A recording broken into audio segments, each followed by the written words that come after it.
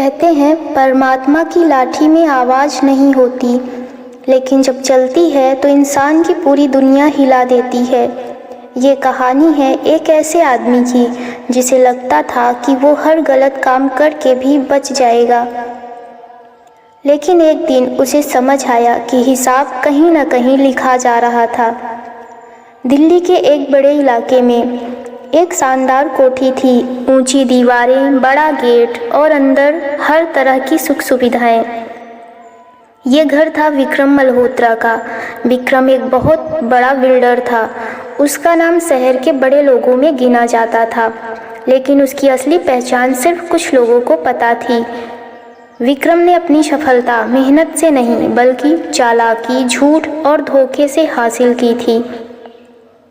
वो गरीबों की ज़मीन सस्ते में खरीदता और फिर उसे पर बड़े प्रोजेक्ट बनाकर करोड़ों कमाता। कई बार वो लोगों को डराकर उनकी ज़मीन छीन लेता। उसके पास पुलिस, नेता, सबका सपोर्ट था। उसे लगता था मुझसे बड़ा कोई नहीं।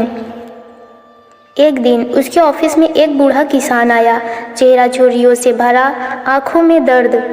साहब, मेरी ज़मीन वापस कर दो, वो ही मेरा सब कुछ थी। विक्रम ने फाइल उठाई और हंसते हुए बोला, सब कागज़ सही है, अब वो ज़मीन मेरी है। बूढ़ा हाथ जोड़कर बोला, बेटा, मैंने तेरे जैसे बेटे की उम्र के बच्चों को पाला है, मेरा घर मत छीन। विक्रम ने गार्ड को इशारा किया, इसे बाहर निकालो। जाते जाते बूढ़ा बोला, बेटा, परमात्मा की लाठी में आवाज़ नहीं होती। विक्रम का घर बाहर से परफेक्ट था, लेकिन अंदर सब बिखरा हुआ था।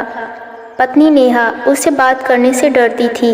बेटा आरव उसे दूर दूर रहता था। घर में पैसा था, लेकिन शांति नहीं। एक रात विक्रम को अजीब सपना आया। वो खुद को उसी बूढ़े की जगह देख रहा था और कोई उससे उसका घर छीन रहा था। वो चिल्लाया, लेकिन आवाज़ नहीं निकली। कुछ ही दिनों में उसका एक बड़ा प्रोजेक्ट रुक गया, फिर दूसरा। एक एक करके उसके डील्स कैंसिल होने लगे। उसकी कंपनी पर केस हो गया। मीडिया में उसका नाम आने लगा। जो लोग पहले उसके साथ थे अब उससे दूर होने लगे। एक दिन उसका बेटा आरव अचानक बीमार पड़ गया। डॉक्टर बोले, इलाज लंबा है और बहुत महंगा भी। विक्रम हर जगह भागा, लेकिन अब उसके पास कोई नहीं था। उसके दिमाग में बार बार वही आवाज़ गूंज रही थी, परमात्मा की लाठी।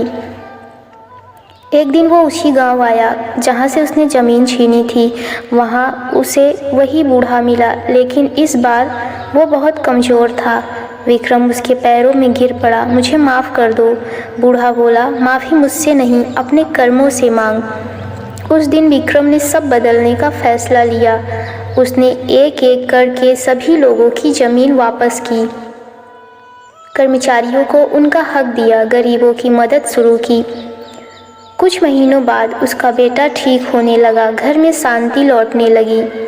एक दिन वो मंदिर में बैठा था और उसने कहा, परमात्मा की लाठी सज़ा देने के लिए नहीं, सही रास्ता दिखाने के लिए चलती है। कर्मों का हिसाब कभी ख़त्म नहीं होता, बस समय का इंतज़ार करता है। अगर ये कहानी आपके दिल को छू गई हो तो वीडियो को लाइक ज़रूर करें। कमेंट में बताएं, क्या आप परमात्मा की लाठी पर विश्वास करते हैं? और ऐसी ही कहानियों के लिए सब्सक्राइब करना ना भूलें।